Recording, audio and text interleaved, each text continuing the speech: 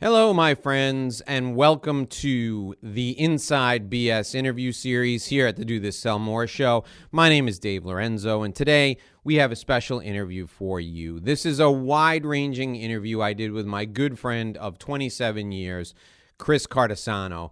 And Chris is the owner and founder of Christopher Allen Custom Clothing. He's been a guy who I've been friends with for a very long time, and he dresses me. He makes my suits and all of my professional clothing for me, and he has for the last 20 plus years. His company, Christopher Allen Custom Clothiers, was founded to provide custom men's apparel and wardrobe management to distinguished clients all over the New York metropolitan area.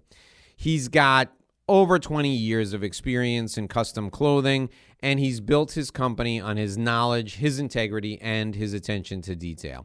Chris works with sports figures, he works with attorneys, he works with business owners, really anybody who's looking to improve their image and make a great personal appearance is someone who needs to work with Chris. Now, you'll notice in the interview, throughout the interview, I call him Cart, because I've known him as Cart since we were friends way back in the day before he got into this business and I got into my business. We are good buddies, but we are also professional colleagues. Today, Christopher Allen Custom Clothing is a business that he owns with his wife, Teresa Cardasano, and they provide exceptional service. And we're going to talk about everything from being an entrepreneur to working with your spouse, all the way through to dealing with a high-touch, high-profile business during a quarantine, even through to how you can evolve and reinvent yourself during difficult times. So enjoy the interview. If you want to reach out to Chris Cardasano to have him make some clothing for you, or just to get some personalized advice on style, you can call him at 631-335-1210, 631-335-1210, or you can reach out to him at info@Christopher Allen Clothiers. That's info at ChristopherAllenClothiers.com. That's info@ChristopherAllenClothiers.com. All the information on Chris and his service is in the show notes. Please enjoy this fantastic interview with my pal, Chris Cardasano. Welcome to the show, everyone. Today we're talking with Chris Cardasano, who is my phrase, haberdasher. For those of you who don't know what a haberdasher is, he's a guy who makes clothes for people. And I've known Chris, and for those of you who are just tuning in and are getting to know me, my goal is to collect as many relationships as I can before I pass away. And one of my favorite relationships is my relationship with this guy, because I've known him from the days when he and I were, let's say, more free to do exactly what we wanted to do whenever we wanted to do it. And now we are responsible business adults, and he's still one of my favorite people because he helps me feel better about myself, because what he does is he helps me build my personal brand. Chris makes all kinds of clothing for different people. One of the reasons why I wanted to have him on the show right now is because we are in a time where you don't necessarily have to be in front of people in order to do business with them. And a lot of you folks, those of you who are with me on video every day, you don't look your best right now. And evidence of this is an article I read in the Miami Herald just the other day about how a judge admonished a lawyer because he showed up for a conference, a settlement conference, and he wasn't wearing a shirt in the video. And then the same judge, when they interviewed him, said that another lawyer appeared literally from her bed in her pajamas. So I wanted to have Cart on today. Look, I'm going to call him Cart because I've known him for over 20 years, and his last name is Cardasano, and that's what I call him. So I'm not going to try and call him Chris throughout this interview because it's not going to work. I wanted to have Cart on today because you got to bring your A game even if you're on video, and you need to look good. So Cart's going to help us look good. He's also going to tell us about what he's doing in his business during these difficult times. And I want you to hear his story about how he became kind of a personal clothing consultant for people. So Cart, welcome to the show. Thanks for being here. Thank you for having me, Dave. It's a pleasure. All right, so right now you're on Long Island. What are as we're recording this is actually what would have been tax day in 2020. It's April 15th, 2020. What are the conditions like on Long Island right now? Talk to us about what things are like today where you are. It's interesting, challenging, unique time. Long Island, for those that don't know, is kind of one of the epicenters, along with New York City, with the number of positive COVID-19 cases. Pretty much everybody's working from home, other than selected, I guess, forgetting the first responders and people on the front line. The majority of people are working from home, other than I do know some people that can go into their office simply because they either have to be there or nobody else is there, so they can go there. So it's it's funny. I guess we're going on 4 weeks now, and it almost, I want to say it is what it is at this point. This is how it is right now. Each day it's a little bit like Groundhog Day. But we still got to get up and try to make the best of each day, and that's what I'm doing. Right. So now, when you talk to your clients these days, what are you hearing from them? Are they telling you they're going to go back into the office at some point? Like, what are you hearing from the folks that you work with? I believe that the majority of my customers, based on my own opinion and from what I've heard, and I don't think all of them know for sure, is that they will be back in the office simply because of the positions that they hold. I'm sure there'll be some kind of, or I wouldn't be surprised if there would be some kind of adaptation with the new reality of possibly working a little bit more, remotely from time to time. But many of my customers travel as it is.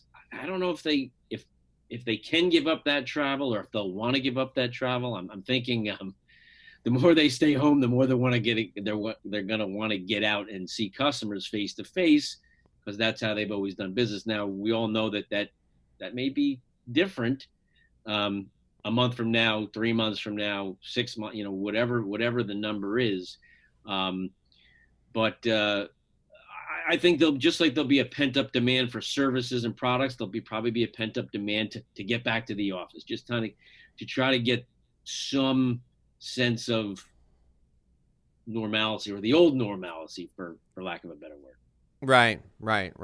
And so you said you've been pretty much in your kind of lockdown state for like 4 weeks. What was the point where you realized that you were going to be that this was going to be what you were doing? Did you wait for an announcement on the news, or did a client say something to you like, "Hey, listen, we can't go to the office anymore"? Good question, Dave. I actually, a guy that I've known for many, many years. He's a cousin of one of my best friends, actually Rob Walter's cousin. You know Rob. Yeah. Reached out to me. He lives in Brooklyn. He reached out to me the week before March, that week of March 16th. So the week where basically all the leagues started shutting down, everybody started pushing off seasons, and said, "Hey, I've got this big event coming up late April. I want to get a custom made suit and, a couple of shirts. When can you come see me?" So I went and saw him on Friday, March 13th. So Friday the 13th, which was the day or two after basically all the leagues started shutting down. Went to his house in Brooklyn, and he said to me, he said, "Man, I must be the only idiot who's having somebody come out and see them right now." And I thought about that because I had actually seen a couple of other people that week, but it wasn't an overly business week because the amount of media coverage was starting to build as far as how serious this was.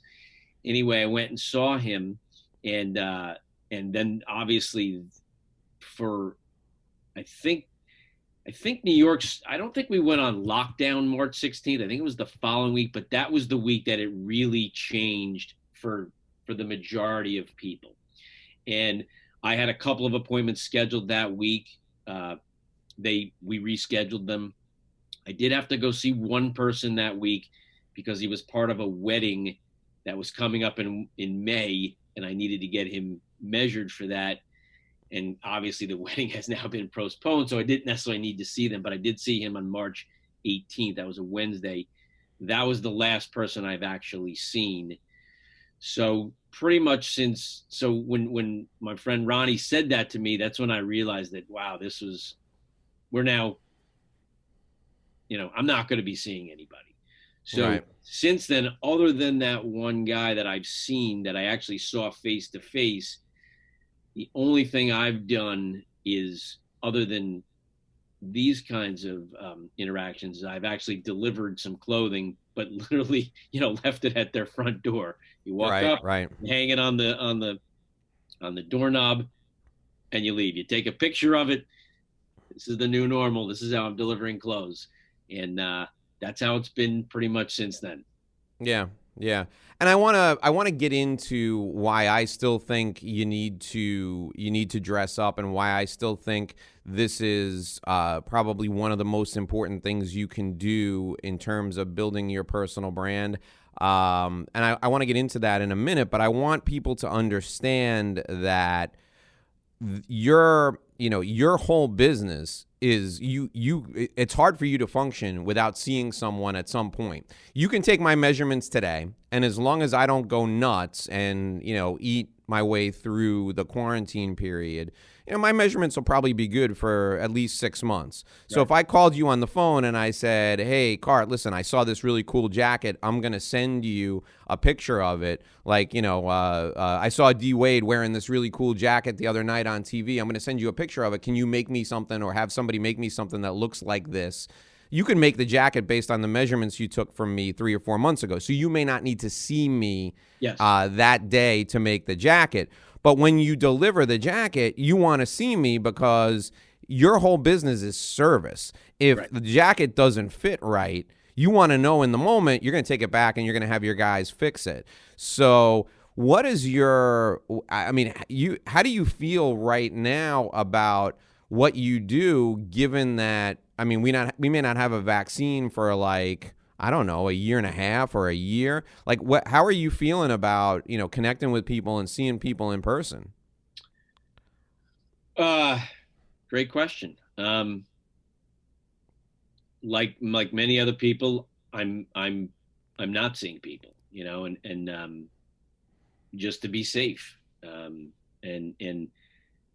I think each day it seems like the news is getting a little bit better. I have talked to a number of people who are dying to get back to the office, just to get into the office, and let's get back to business. So, like, as that pertains to my business, to what you said, for somebody like you, yes, you and I can do business because I have your measurements. I've made clothing for you, and you could just say, I can send you a digital collection of fabrics, and you could say, yeah, Chris, give me that jacket and those two shirts, and I can make it for you. And as a matter of fact, we actually did 2 sales in the last 2 days that way with 2 existing customers. We did it through FaceTime. We had their measurements. We'd already sent them digitally fabrics that they looked over with their wife, so they can look it over at their convenience. They get their wife involved, and I had my guy actually kind of twirl around for me and let me see how the jacket looked, and do I need to, because he had lost about 10 pounds, do I need to make an adjustment? Does it look okay? Whatever. With a new customer, I can't do that. I've done this long enough that I could conceivably try to wing it if I really wanted to, but that wouldn't be prudent, and it wouldn't be really what I do just yet. So for somebody that's new, we're probably going to have to wait until the restrictions, until people really feel more comfortable with that face to face or personal interaction. Because, like you said, that is the heart of our business, no Right. question. That's obviously what I miss the most. Right. So here's the important thing about what you do in my mind. I think I think there are people who work with you because of the service you provide. Um, there are people who work with you for convenience purposes, but the reason that I've always had you work with me from the standpoint of making my business clothing is because this is not something I want to take a chance on. So, where I will go out to a new restaurant for a different type of cuisine and try something that I've never had before. And, even if it's kind of expensive and I don't like it, at least I've had that experience. Or I will go to a theme park with my kids and, it's expensive, but even if it's not like the best experience for all of us, at least we can say we've been there. I can't take a chance on how I look when I'm getting in front of my best customer. So I need to know that I look good. And as much as I love my wife and I trust my wife's opinion, my wife isn't investing money in me, right? So I need to know that a professional thinks that what I'm wearing looks good, it matches, and this is the best representation of myself. You want So, exactly. So if you're an attorney, and I work with a lot of attorneys, and you're going in front of a client to pitch your services, or you're an attorney and you're getting in front of a judge, or you're getting in front of perhaps a jury twice a year or 3 times a year, you want to know that you're making the best possible impression you can. And regardless of taste, your tie, your shirt, your jacket, your pants, your shoes, they match, right? And you're not going to make a fool of yourself. Right. So, and what I tell people all the time is, if you go to Macy's and you're looking to buy a suit at Macy's and you're relying on that salesperson, that guy was selling cars like 2 weeks ago. or even worse than that, he was working on cars 2 weeks ago. And now he's going to tell you that the tie and the shirt and the jacket match and that they fit right. I mean, that's not you can't afford to take a chance on that if you're in the business of getting in front of important people and asking them for money or asking them to make a big decision. So who buys suits from you? Who are your clients? Dave, that's a great point about what you said about going to Macy's. And then I'll come back and answer that question. I've been doing this for 25 years, and I've always taken the macro approach to this, the long-term relationship part of this. And what I mean by that is I don't want people to think I'm just there to sell them a product. What I really do believe is what you said, which is that I provide a very unique service that's convenient for them, and then I am there to help them. And all I'm really trying to do is make their life a little bit easier. And so that when they walk out the door every day, like you said, they feel confident. So whatever they have going on that day, whether like it's a big presentation, they're pitching a new customer, they're, whatever it might be, that when they put on something that I made for them, that it fits them, it's comfortable. And again, my point being that I'll sell a guy a couple of shirts, I'll sell him one suit. Some guys buy a whole wardrobe, everybody's a little bit different. And that just comes from me wanting to continue to help them, much like your stockbroker, your accountant, your financial planner, your anybody that's trying to continue the relationship, not just the sale. That's why I'm going to do it that way, because I want to keep doing business with them. It's hard enough to get customers, which is a whole nother conversation. but I want them to know that I have their best interests, in mind. As far as who I work with, it's funny when you first met me, when I was in New York City, the majority of my customers came in like two forms. They were lawyers and they were Wall Street professionals. Pretty much that was it, and maybe some insurance guys, and then some guys like you. But that was 90% of my customers. Then I started my own business sometime later, and I started transitioning my business out to Long Island in addition to New York City. And so my customers come in all shapes and sizes now. They're still those same guys. Obviously, attorneys are great customers because they always have to get dressed up and look well. Finance and Wall Street professionals, business owners are the guys I really love to do business with. And even though not all business owners are wearing suits regularly, they all need to have at the very least a few nice pieces in their wardrobe for industry type events, any awards they're getting, just that kind of stuff. And they don't have any money, and B they don't have any time. Sorry about that. Right. And B, they typically, they do have money to spend on and will appreciate some nice things. So those are the type of industries. You can add doctors into that. Really anybody that could, in one sense, I could say anybody that could wear a suit, but it's not that widespread. But then you also have the guys that are hard to fit. So they could come in all different kind of industries. The guys who are extremely tall, extremely short, overweight, underweight, bodybuilder types. Those guys are perfect because they can't, if you're a 44 chest and a 32 waist, you can't get a suit or a shirt that's really going to fit you properly. You need to get that made to your specifications.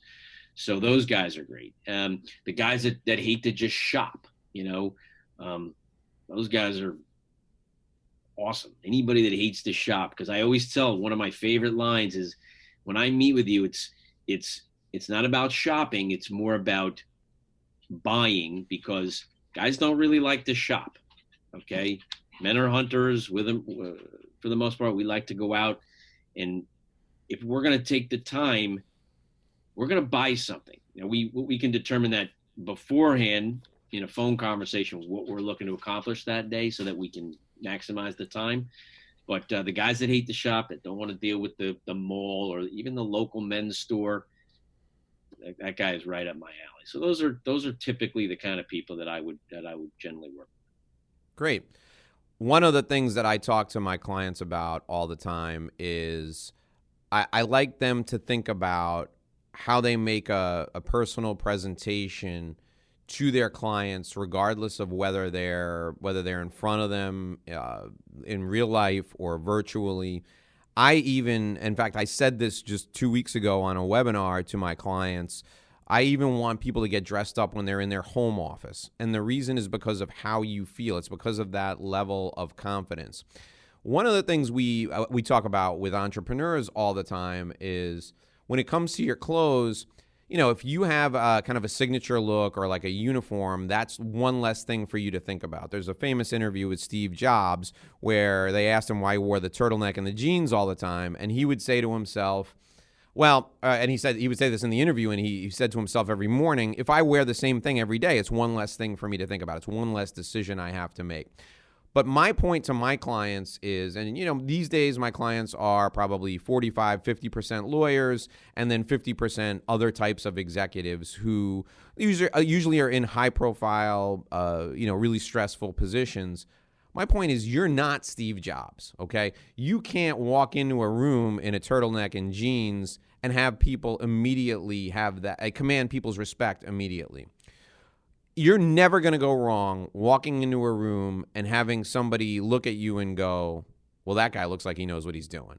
And to me, when you have a suit on, regardless of what comes out of your mouth or regardless of what people are, thinking from reading your bio, they immediately think to themselves, even if it's psychologically, that guy knows what he's doing, right? You wouldn't want to go visit a doctor and have the doctor be wearing a t-shirt and jeans. I mean, that guy he could have gotten his MD at Harvard. He could have, done emergency medicine in Iraq, putting veterans back together. That guy walks in a t-shirt and jeans, and you're thinking to yourself, is this guy here to, is he here to change the oil in my car, or is he going to give me an opinion on what my cancer treatment's going to be? Right. You want that guy to be wearing a shirt and tie and in a lab coat and looking like he knows what he's doing. So for my clients, my lawyers, I want them to look like a freaking lawyer. I don't want you to look like you just got off a sailboat. I want you to look like you know what you're doing when I first meet you. I want you to look like, taking the meeting seriously. Yeah, exactly. I want you to think that my relationship with you is important enough for you to figure out what to put on today. So here's the thing, okay? Talk to me about how we balance these two things. I don't want to have to make a decision on what I got to put together as far as an outfit goes, but you still need to look like you took the meeting seriously and like you know what you're doing. So how do we balance that juxtaposition? I like to reference history a bit. I don't know if you remember 1999 in New York City, but I remember it very clearly. And the reason I remember it is because that's when a bunch of the investment banks and retail banks all went business casual as the standard dress. And many of my customers all of a sudden were like, woohoo, party time. I don't have to get dressed up anymore. I can put on, a golf shirt and khakis and I'm good. Now that didn't hold for everybody, but it held for a lot of the employees and the type of guys that I was doing business with. But you know what happened is after a while, what happens? People get tired of that. They get bored of that same look. Hey, Chris, what other looks can I do? Okay. And that's when we started moving them into, nicer dress pants and really building up the pant wardrobe. They're always getting, guys are always buying shirts. That's because obviously you got to wear a shirt. You don't have to wear a jacket, but you got to wear a shirt. You don't have to wear a tie. And then eventually, we started moving them into more jackets, and then suits started coming back. So it's all kind of cyclical. I think the same thing is going to happen here. I don't know, this is going on for about a month now of these kind of meetings, Zoom calls, webinars, this kind of face-to-face interaction. I have to believe, and I did it the first time I got on one. I wasn't overly dressed up. I had a shirt on, but that was it. I think guys are going to start to realize that, a lot of this is a mindset. It doesn't take much to put on a nice shirt and a jacket. To me, like every professional guy, there's no reason, especially without the tie these days has become that. I hate to be only in the tie business, to be honest with you, because ties are, that's a flat sale right now at best. But jackets like this, sales are booming. And I think that's the message that I'd like to get to people, is that even though you're not face to face, people can see you, and just putting on the jacket and the nice shirt, it makes you feel like you're going to work. You're not just sitting in your office, because we can all do that. We can all just sit in our office and do nothing, but you put on a jacket or a tie, if that's what makes you feel good. Mentally, that's, I believe, is preparing you for the rest of the day and the meetings that you're going to have. And clearly you can take the jacket off between meetings and put it back on and take it just like you would in your office if you were there. So I'd like to see, that's where I'd like to see people, and that's the message when I get a chance, is what I'm promoting to either my customers, my contacts, my referral sources, anybody that I'm coming in contact with. All my meetings now, other than when I did that first week, I'm typically at least putting on a jacket. And I know not everybody is, but I'm trying to get the message out.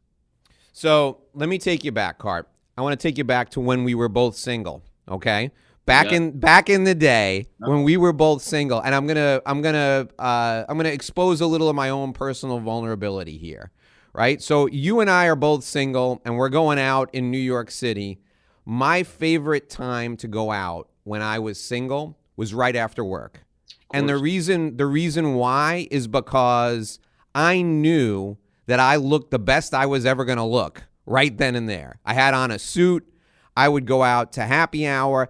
I was a different guy talking to women at that time than I would be if we were going out on a Saturday afternoon or a Saturday night and I was wearing slacks and a polo, right?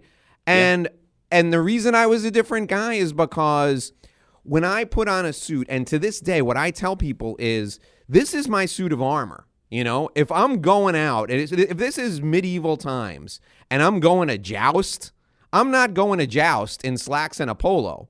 I want to have my suit of armor on. I want my best lance. I want to make sure that I'm ready to go. And for me, back in the day when I was single, I had more confidence when I had a suit on. I would talk to anybody. Anybody. You pick the most interesting woman in the room, the most beautiful, the most attractive. I would walk up to her and talk to her if I had a suit on, no problem. You put me in slacks and a polo on a Saturday night, and I'm not leaving the bar. And that's the way I pitch it to people today. You just feel better about yourself. I wish we could go back to my grandfather's era where you wore a suit and a fedora everywhere. Me too, Dave. That would be awesome. But here's the thing, okay? And this is what people have to understand. You have such an opportunity these days to differentiate yourself by looking good. Like the standard is to look like a schlub. All you got to do is put on a nice jacket and a collared shirt, and you're already standing out. I think it helps when you also have a suit that truly fits the way you want it to, because if it fits, generally speaking, it makes you feel good. It makes you feel confident, and you look good because it fits properly, because it was made for you. I'll give a shout out. I get in. It's funny. I live about 40 miles outside of New York City, and in so I'm right in the tri-state area, but in so many ways, the dress from that 40 miles into New York City is way different. New York City is its own animal. It is the most competitive city in the world, and one of the things that came out of the economic downturn from like 10, 11 years ago was people started dressing up again. And it was subtle at first. This whole new suit was created, this slim cut suit, skinny suit, as I like to say. And it was marketed geniusly as far as I'm concerned.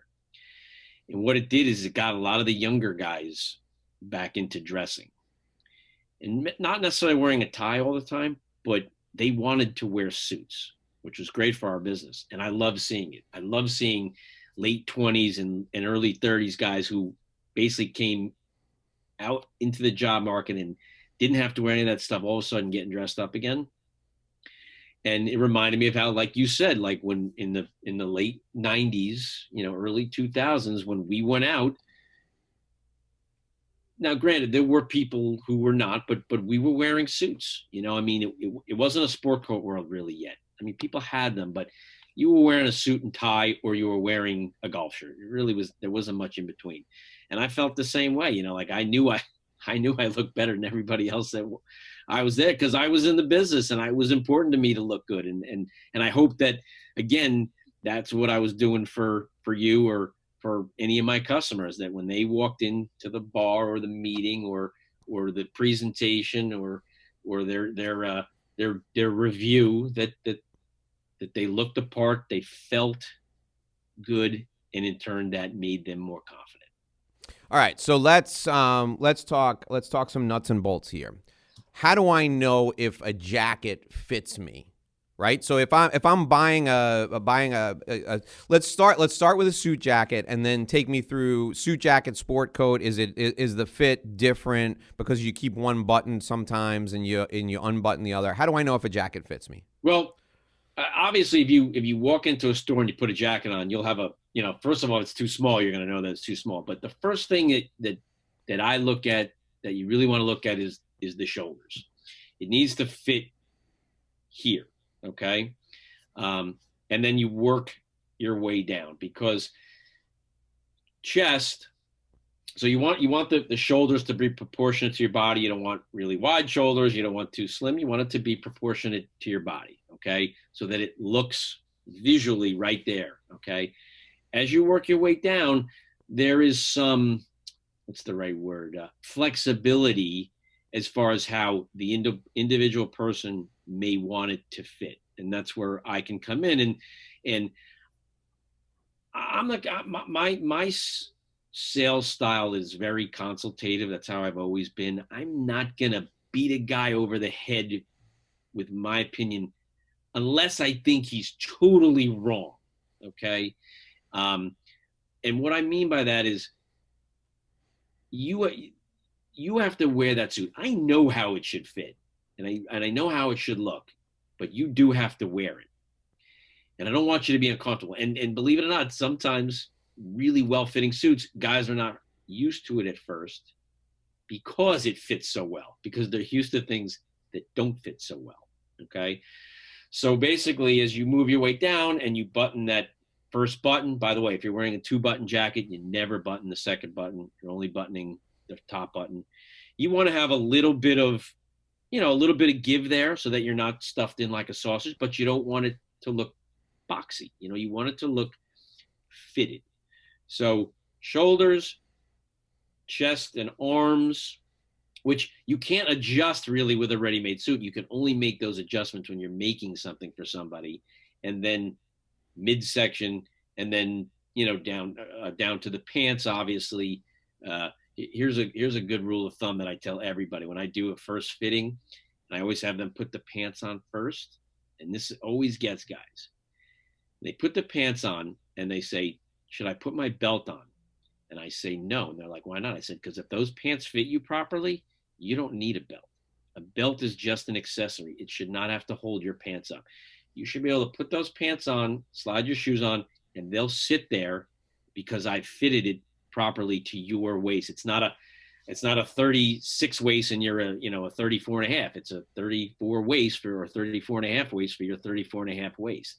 So that you can add the belt, because that makes you feel it's part of your suit of armor, as you said. Guys are used to putting on a belt, but it's no longer holding up your pants. It's just, let's say coordinating with your shoe color, black shoe, black belt, brown shoe, brown belt, that burgundy shoe, burgundy belt, that kind of look.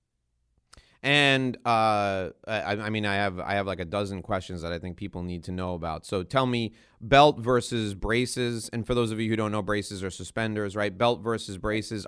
Do people still wear braces these days?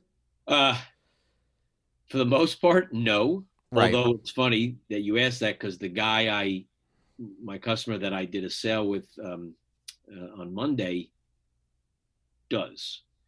He's a big guy. He's got a little bit of a belly, and he likes the suspenders because he just likes that feeling. It pulls his pants up. He feels more comfortable. He's a little bit old school. He's an old school partner at a major law firm in New York. Retired, but he does. But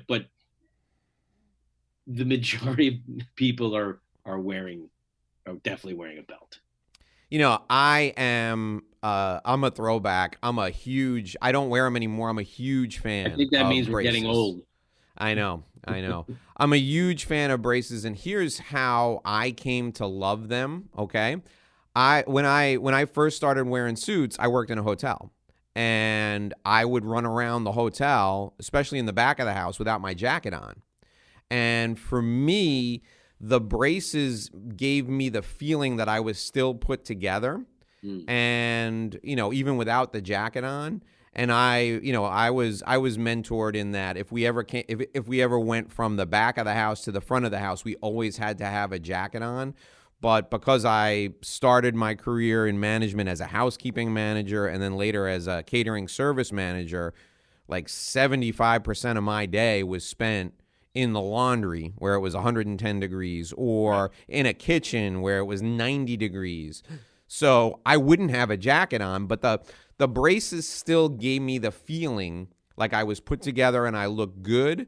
And, add to that the fact that my weight has gone dramatically up and down over the years. And for those of us who have had a substantial gut at some point, the suspenders, the braces are better than a belt because they keep your pants up over that the bulge where, the heart attack bulge. Yep. Yeah. Now let me ask you about waist measurement, right? So if you're measuring somebody's waist, where are you are you measuring it at the belly button? Are you measuring it between the belly button and your pelvis? Where are you measuring your waist? Can I answer that in a second? I want to address something you said about the braces, because you made a really good point.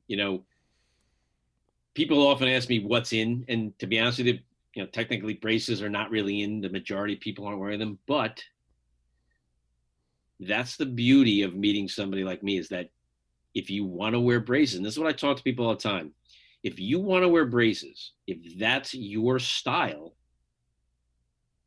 because that's really what a lot of this is it's just helping you flesh out what your style is. And I put brace buttons in every pant I make just for that reason, even though I know that most guys don't wear them. But if they want to and they're comfortable with it, then they should be able to dress that way. So that's that. So I'm sorry. What did you?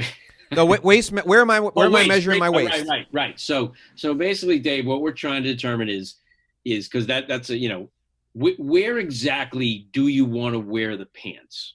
Okay. We mentioned old school. The old school. If you look back at photos from like the 30s and 40s, most pants were high waisted. Guys wear them very high up, well above their hips. At their belly button. Okay, that was the look. At some point, as we just moved on in the time frame, maybe because people started getting heavier or whatnot, guys started lowering the way they wore their pants. But it's an important measurement that I take, and I always ask my customers, where do you want to wear these pants? Because it's going to affect 4 different measurements. It's going to affect your waist measurement, where I'm measuring it. It's going to affect your seat measurement based on where you're wearing it. It's going to affect your inseam or your rise being the difference from your outseam to your inseam. Specifically, that's a big measurement, especially if we've got to determine exactly where we're going to wear the pants. And then obviously the length of the pant as well. Because if I measure you and you're wearing the pants below the waist, but then all of a sudden on the fitting, you pull the pants way up above the waist, which you didn't do, those pants could be an inch or 2 inches too short. So it's important to just determine, first of all, what's comfortable, where you want to wear them, and then I'll make the adjustments based on where exactly you're going to wear those pants. Great. All right, let's talk about. I have like 5 or 6 particular things that I'm always concerned about. So first, I want to talk to you about collars. Right. I'm a big fan of a longer collar because I like a more defined look when I wear my shirts. I really want the collar to extend down. If I put a tie on, I want the tie to be framed properly. Right. The shirt that you have on, those of you who are listening to the podcast, I'm sorry you can't see Cart's shirt. So the shirt that you have on has a smaller collar, which I think looks really good open. And tucked under the jacket, it doesn't, with collar stays, it doesn't fly away. Right. How do you determine what type of collar you should wear? And is it personal preference? Are there things that are in? Are there things that are out? Tell me about collars. Again, there's always things that are in and out, because who sets what's in or out? Designers and retailers and the media decide what's in and out. Okay. Designer makes something, they sell it to a retailer, and then the media promotes that and that's how this all gets started. And we can do the same thing, but in reality, what I'm trying to flesh out with guys is what is their personal style, because I don't have to worry about that. I can make 20 different collar styles. Okay. In theory, what we're trying to do, Dave, is you basically want the collar to frame your face. Okay. That's the easiest way to do it. So, and for most people, that means a fairly moderate, what we call spread, and fairly moderate as far as the point lengths go. So not too long, not too short. Okay, as far as the lengths of your point lengths go, and then as far as the spread goes, again, not too wide or not too thin. Once we do that, though, what I like to expose guys to is the fact that there are so many options, because again, if you walk into a store has to move the product they buy, and they have to be able to move what sells. And what sells is typically the most traditional thing. So again, a pretty medium spread collar, and let's call it like a 3-inch point length on your collar points. But I can offer guys so many different looks. So for example, what I learned quickly with myself was I wanted to show people possibilities. I wanted to show them what they can't get in a store, even if they ultimately get what they would normally get in a store, because that's what they like. So I could say to you, Dave, you really should get the same collar I have because it's different. It's cool. Look how great it looks on me. It'll be totally unique. And you may say, okay, Cart, I'll try one of those. You get it, you wear it.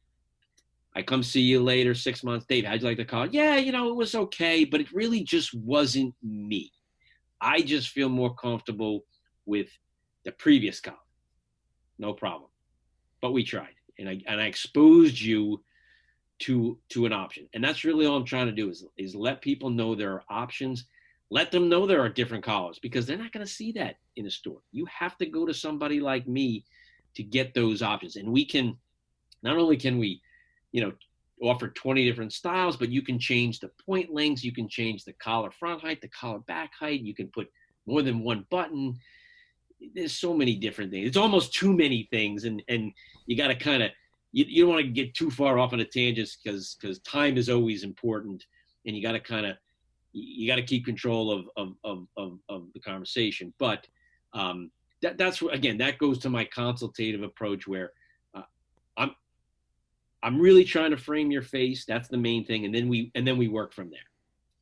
Yeah. The thing that I tell people about shirts and collars and fit of a shirt is for us in business, particularly if you wear a suit or a jacket in business, the feel of your shirt, how your shirt feels on you, is the most important thing. So when it comes to collar length, you got to look in the mirror and you got to like what you see.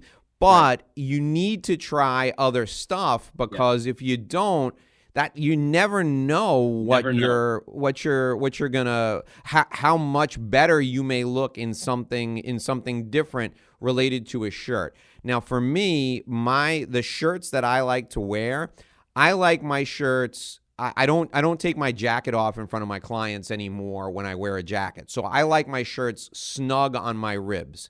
And sometimes, depending on, how I'm doing with exercise and my diet, sometimes a shirt that's snug on my ribs will be really tight around the waist area. So I want to feel the shirt snug on my ribs, because I know it's completely tucked in and I don't look unkept. But I never take my jacket off. If I were in an environment where I'm going to take my jacket off in front of a client, I'm not going to want that shirt that snug on my ribs, because it's going to be too form-fitting around the gut. And even now, when I'm at my ideal weight, I don't want something form-fitting around my gut, because I remember how it was when I wasn't at my ideal weight. So I just don't like the way that feels. So trying something different, collar length, fit for a shirt, is important, because you're going to feel differently depending on what you're wearing. I want to talk really quickly about accessories too. Pocket squares, cufflinks, accessories that you can wear, whether you're dressed for a formal work environment or from an informal work environment. How do you select a pocket square? How do you select cufflinks? How do you decide what you're going to buy? Good question, Dave. The accessory business has changed quite a bit in the last few years. As I mentioned earlier, I'd hate to be only in the tie business right now, just because just people aren't wearing ties the way they once did. So what's happened? The pocket square has literally become your new tie, because that's where you get the pop of color that the tie used to give you. And I'll come back to that in a second. The other thing is socks.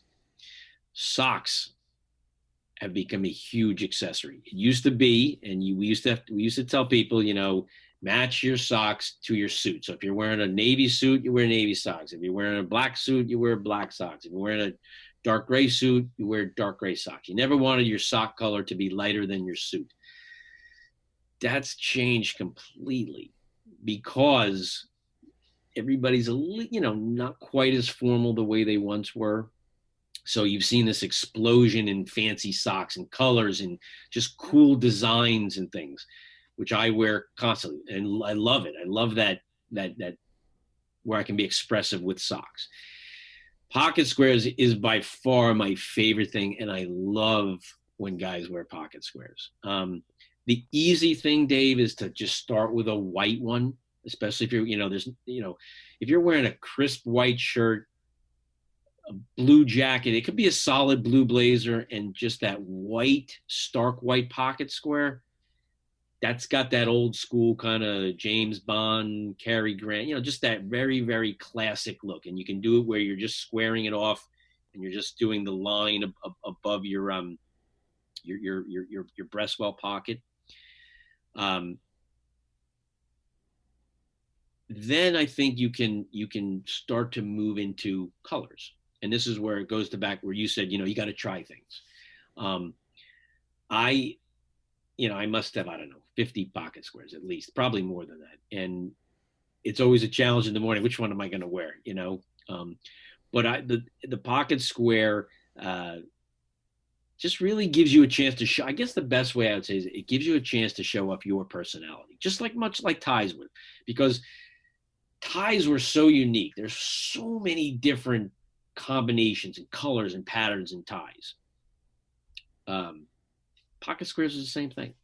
And it really just gives you a chance to just, again, determine what your style is. So whether it is a colored one or just a solid one, and you can even get those pre-folded ones that have the peaks, if you want to go that just to start. Either way, I think it personally, and I recommend it to everybody, completes the outfit, especially when you're not wearing a tie, although you can certainly obviously do it when you're wearing a tie too. But I think if you're not, it really kind of finishes off the look and finishes off the outfit. All right, talk to me about cufflinks now. I used to love French cuff shirts because I used to love to show off my personality with cufflinks. As I've gotten older and more cantankerous, I don't want to do the work anymore, so I'm wearing more regular cuff shirts. Right.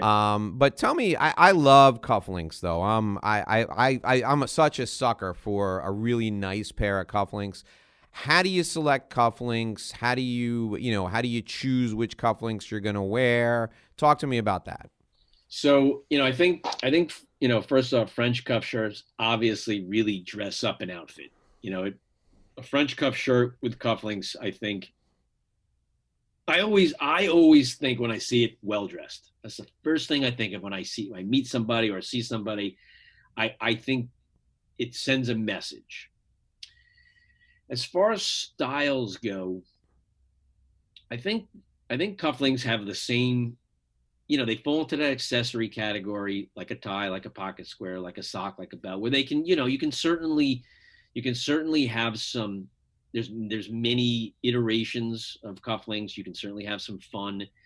I think clearly, if you're in a traditional business environment and it's a traditional business meeting, you want to have a strong sterling silver or gold, something along those that's, not funky and fashionable, something that's just classic and that again means business.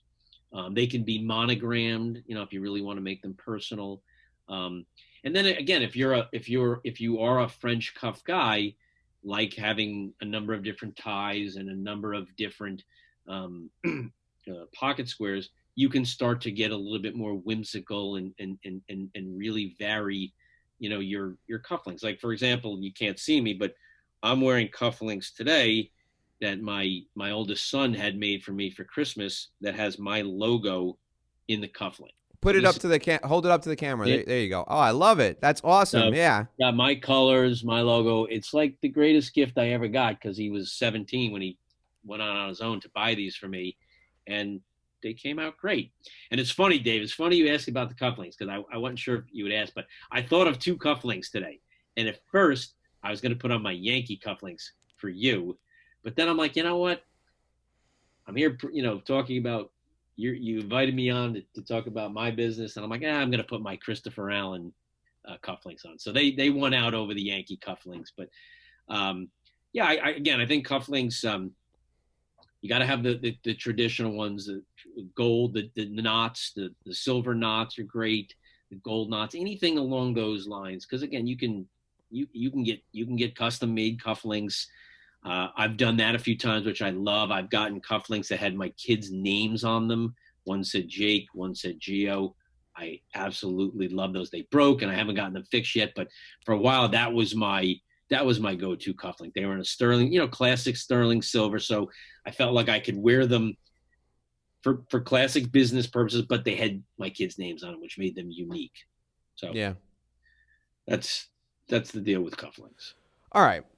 How did you get into doing this? Because you didn't grow up in a family of haberdashers.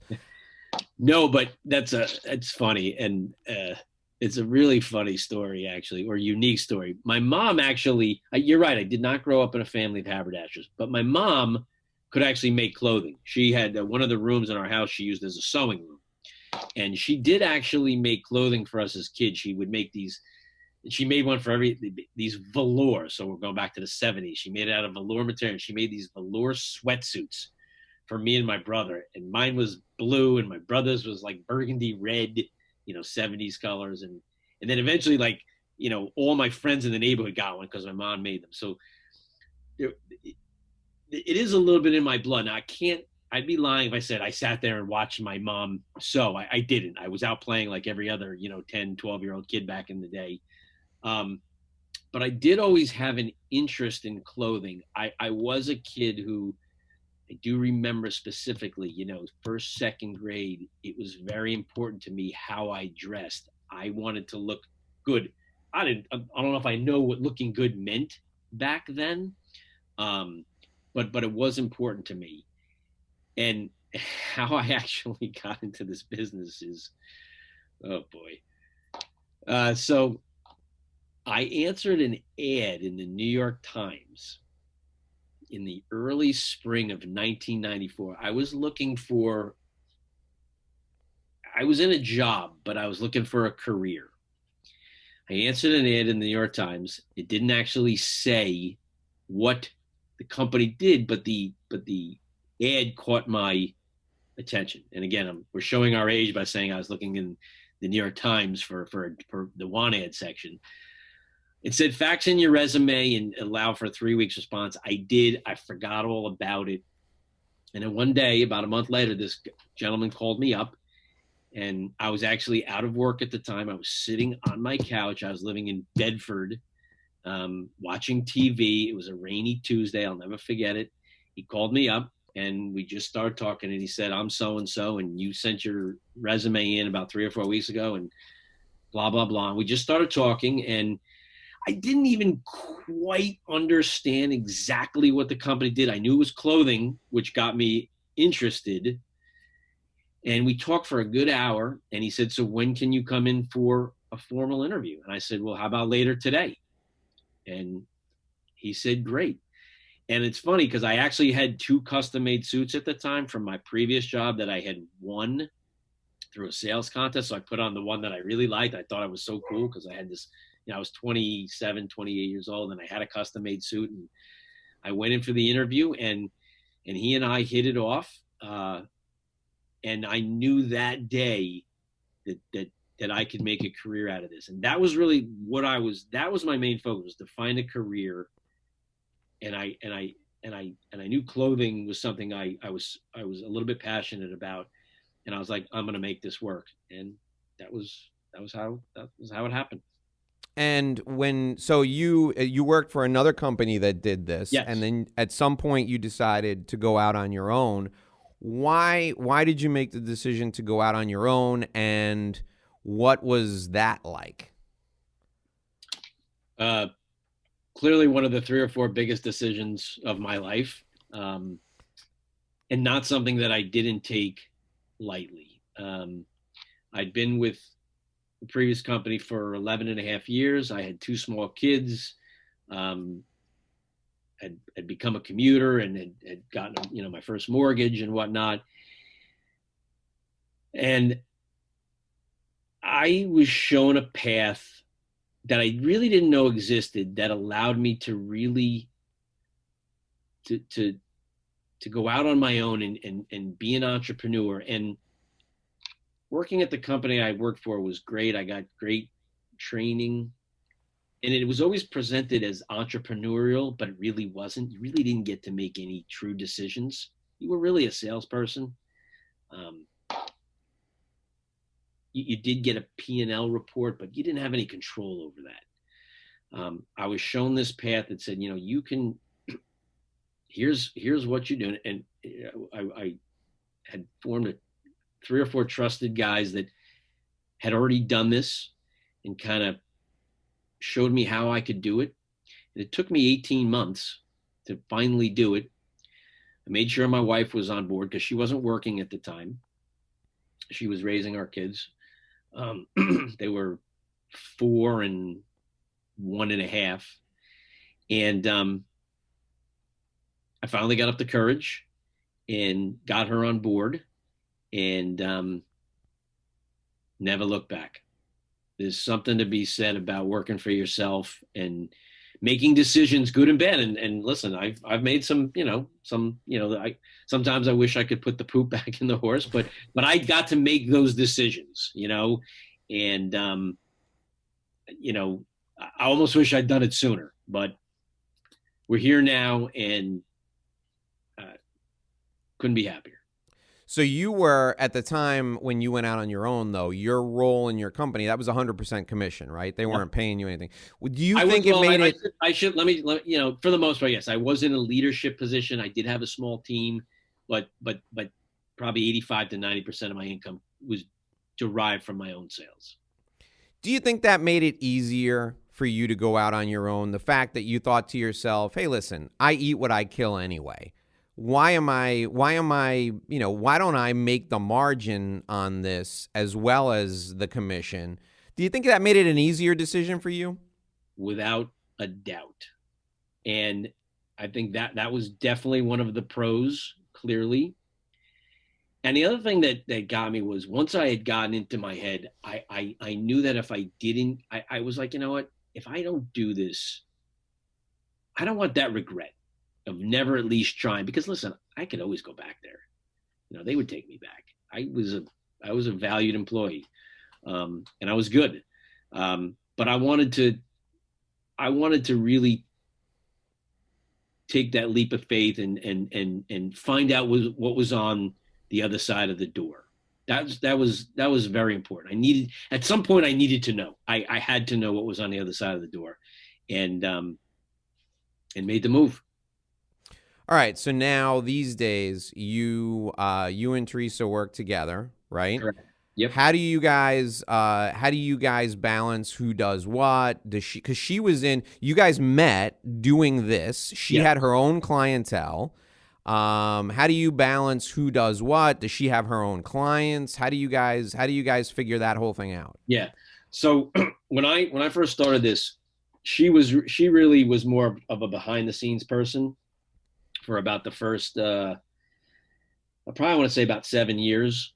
And it wasn't until about 6, 7 years ago she decided that she wanted to get back out and start seeing customers again, because she's a people person, even more so than I am. Loves to talk, loves to be in front of people. Um, so she does have her own set of customers, and I have my own set of customers. She works strictly on Long Island. That's where 99 out of 100 of her customers are. Mine are a little bit more spread out. Um, we both handle, well, let's see. I do all the accounting and payroll and paying of the bills. She does most of the marketing, in the sense of once we determine how we're going to market, she implements it. We both do shipping and receiving. Um, and we both network and constantly in different groups, in different ways. So that's how we divvy it up right there. Okay.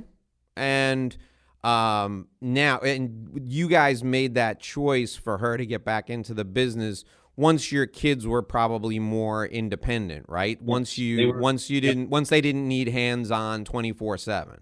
correct. At that point, they were, like 11 and 8, so they weren't like completely self-sufficient, but they were just they were older, and she had a little bit more flexibility as far as, yeah, as far as making her own schedule. And again, it as a when you run your own business, you can you can develop a life around that, or you can schedule around your life. You don't have to be somewhere unless you choose to be. You decide when you're going to make your meetings, because I want to be at my son's baseball game at 5 o'clock or 5:30. I want to be at the play. I want to be, there's a thing at school at 10 a.m. I want to be at that. Working for a large company, as you know, that's not so easy. The time is not necessarily your own. What's your philosophy when your kids are older now, but when you would go to like extracurricular stuff or go to a school thing, do you walk in that room? Because I do this all the time. I'm wondering if you feel the same way. Do you walk in that room and go, I see a room full of people, 60% of which are going to be my clients or could be my clients? Or is it for you, is that you just disconnect and you're just Jake's dad or Gio's dad? How do you approach those type of events as an I mean, entrepreneur? a little bit of both. With a school event, I mean, listen, everywhere I go, Dave, I size everybody up. I mean, my eyes are constantly on the prowl. I'm looking, I'm making notes, how guys are dressed, what they're wearing, how they're carrying themselves. Um, but there are times, especially at school, the majority of people that we, within our school district that we know what I do at this point. And I'm not a hyper aggressive salesperson.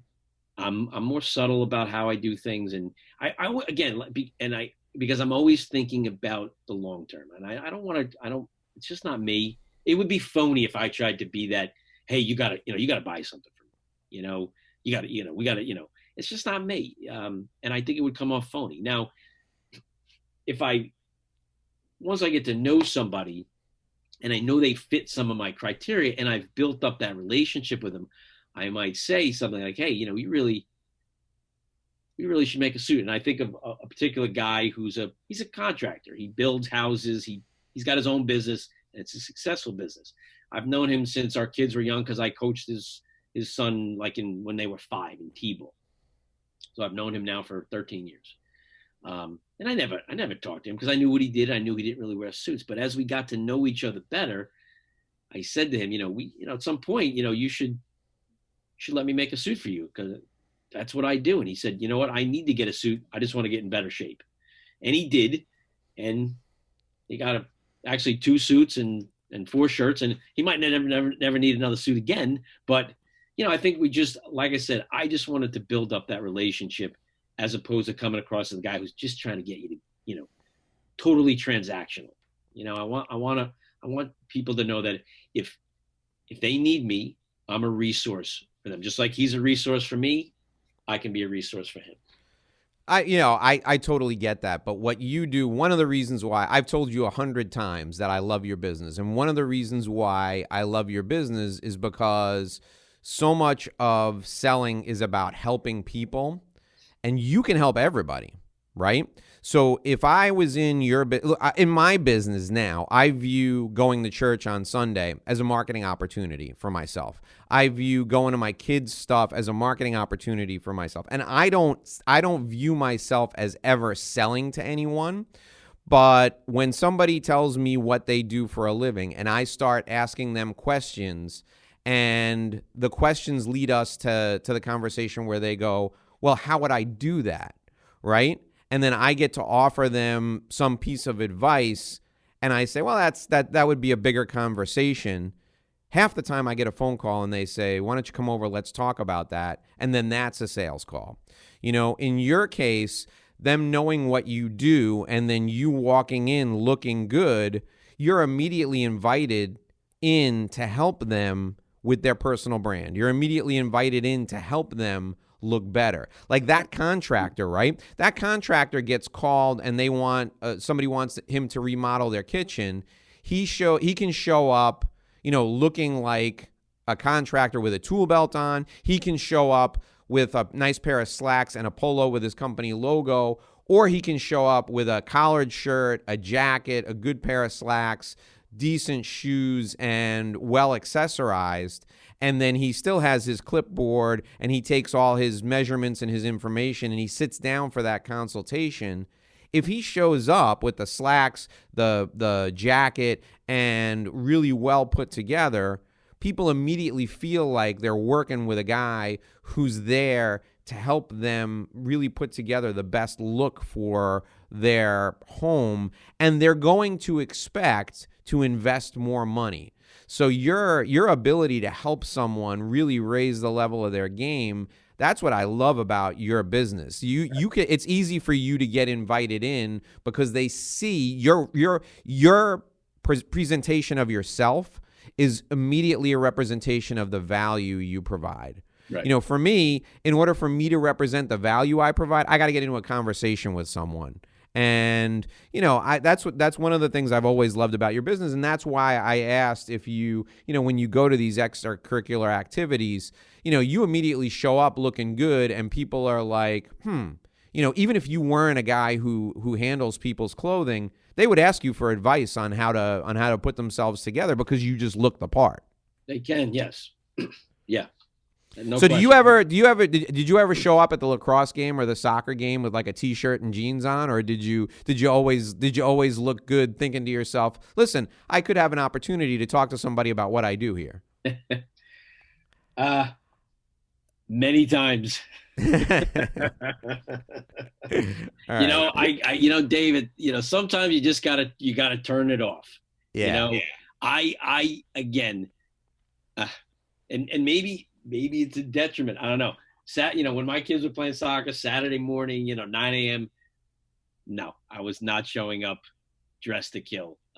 School events, yeah, for sure. And again, it is a conversation piece. But when I'm coaching, again, this goes back to one of the reasons that I wanted to run my own business is because I wanted to be able to control my schedule and I wanted to be able to coach my kids' baseball teams. And I did that. But obviously I wasn't wearing business clothes to that. I think I showed up to maybe 2 games in a suit. I was able to always have enough time to change into shorts or sweats or whatever. But you're not wrong in saying that in theory, yes, I can help everybody because I sell a product that everybody needs to wear at some point, even if they don't wear it regularly. Everybody dies and they get buried in a suit. So at the very least, they could get that kind of a suit.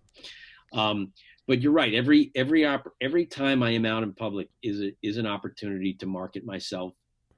And at the very least these days, like you can't, I mean, you can see me, but your listeners can, I'm wearing a really casual, this is my favorite piece. I'm wearing this jacket I made.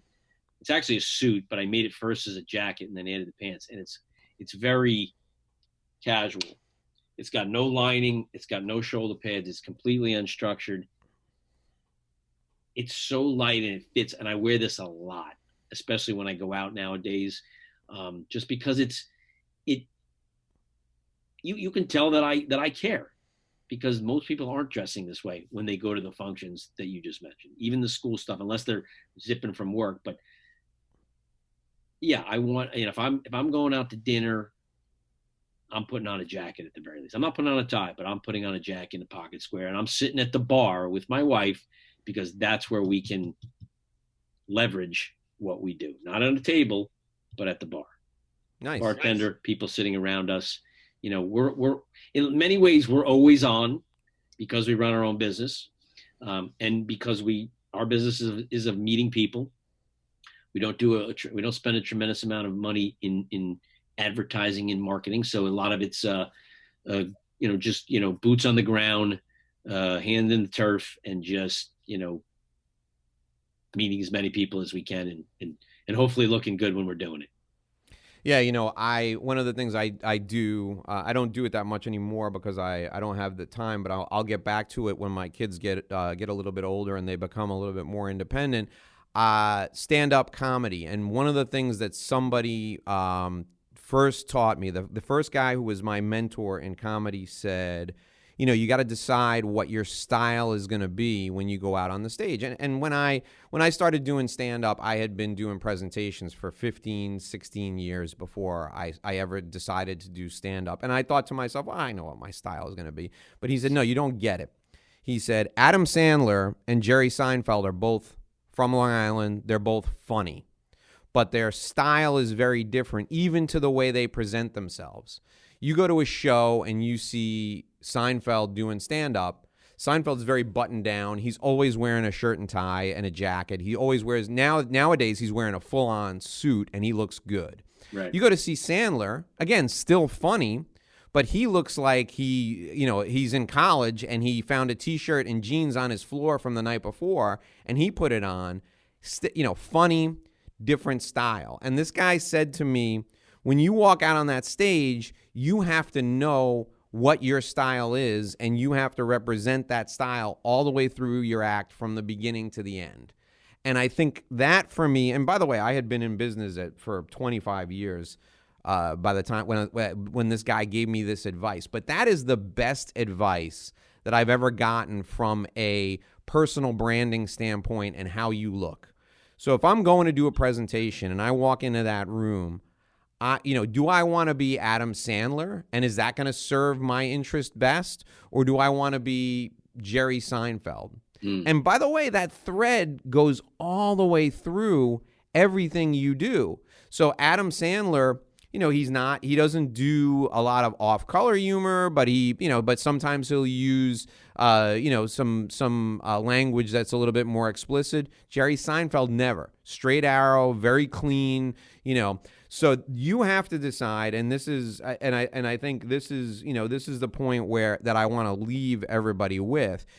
When you walk into a room, or if you're on a video with somebody, you've got to decide what your personal style is, and that has to carry all the way through. So everything from the way you look to the way you represent yourself, to the collateral you send out about your company or yourself, to how you're doing what you're doing with your clients, it's a part of a package. Yeah. And one of the things I appreciate about having worked with you over the years is that if I work with you, I don't have to worry about that part of the package. I know that I'm set in that area, and it's one less thing for me to focus on. So what I'd like you to do now, Cart, I want you to Dave, let me just say something. Yeah. There's a saying: fashion is fleeting, style is timeless. If you follow fashion trends, you'll spend a lot more money on your clothing than if you determine what your own personal style is. And you can always mix and match a little bit and adjust for current trends and styles, but ultimately you are the brand, and you need to determine who you are and what your style truly is.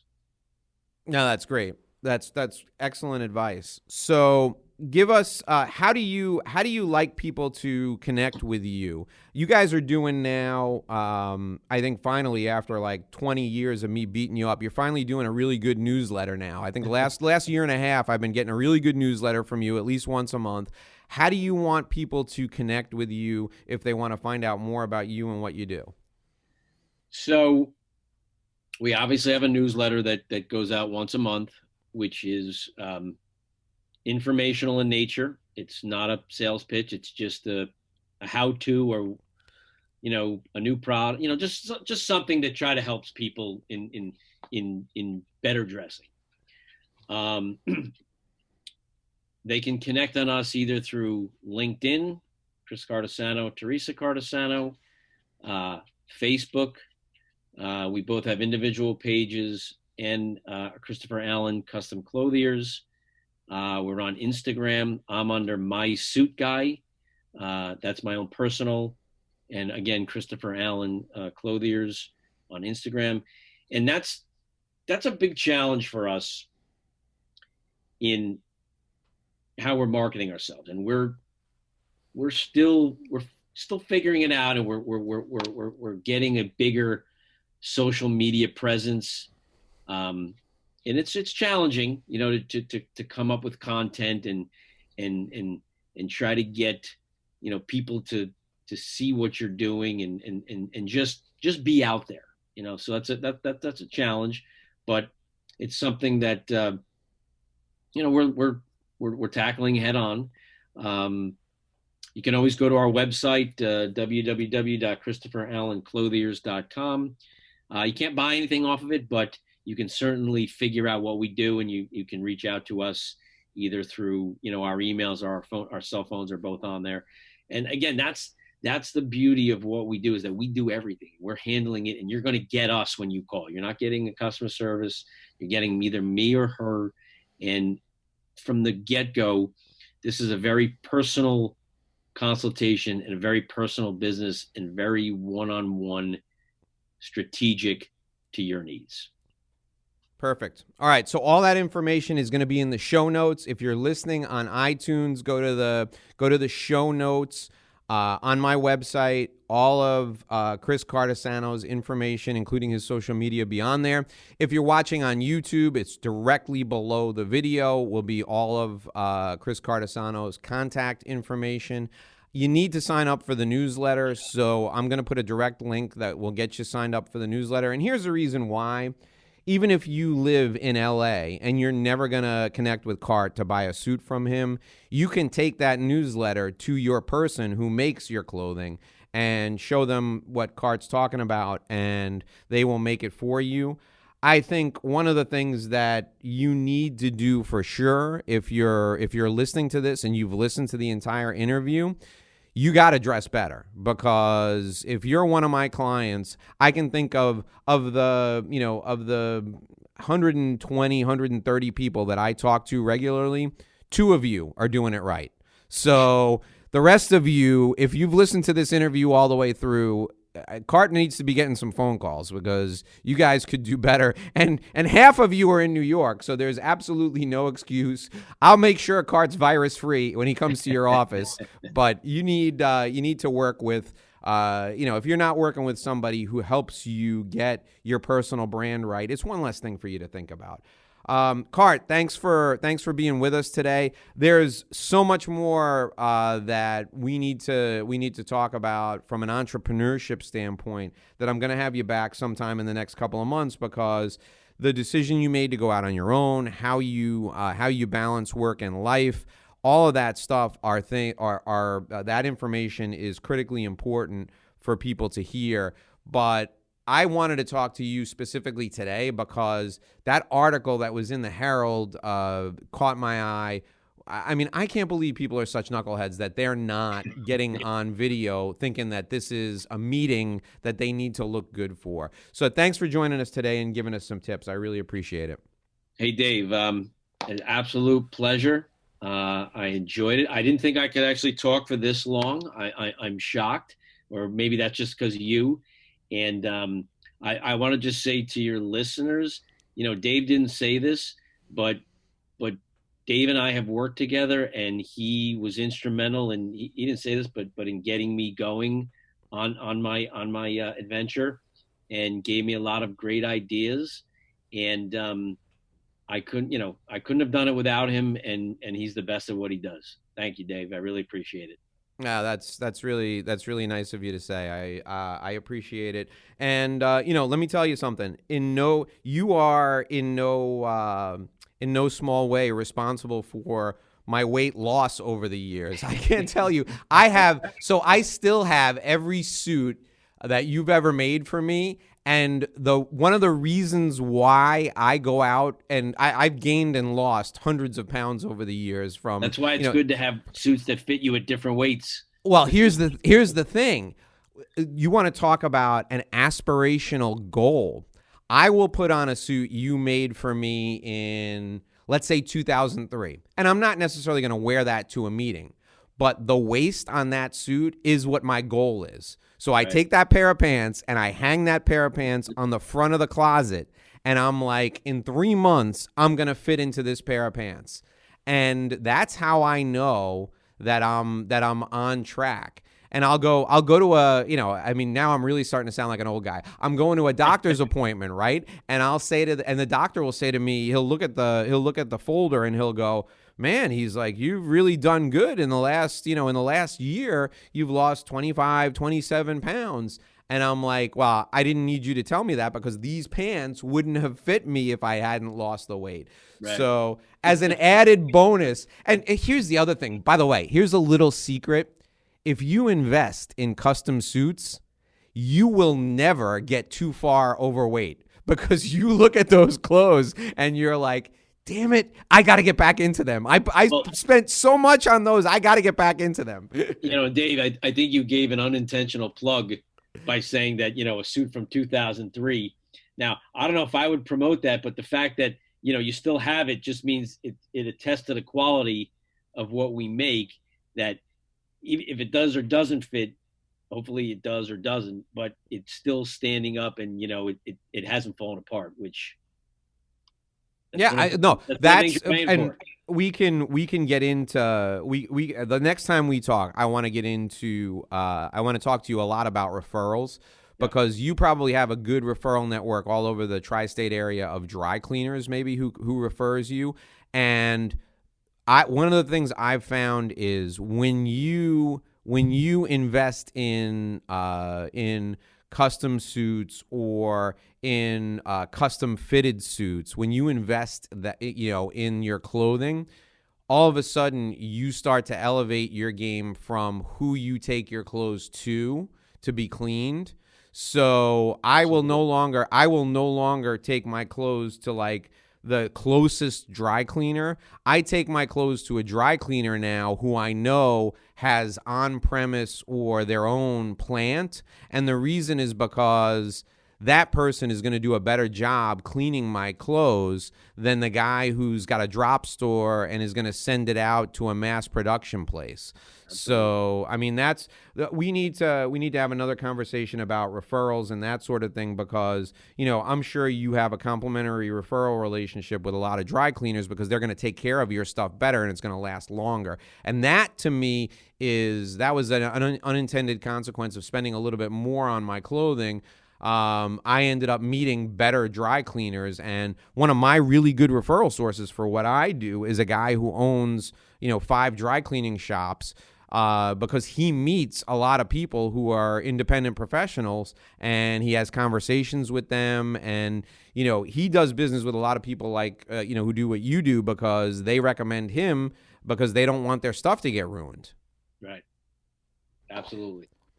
All right, folks, this has been a great conversation with Chris Cardesano. Find his contact information down in the show notes. Cart, it was great talking to you. Thanks for joining us. I look forward to doing it again. Thank you for having me, Dave. I do as well.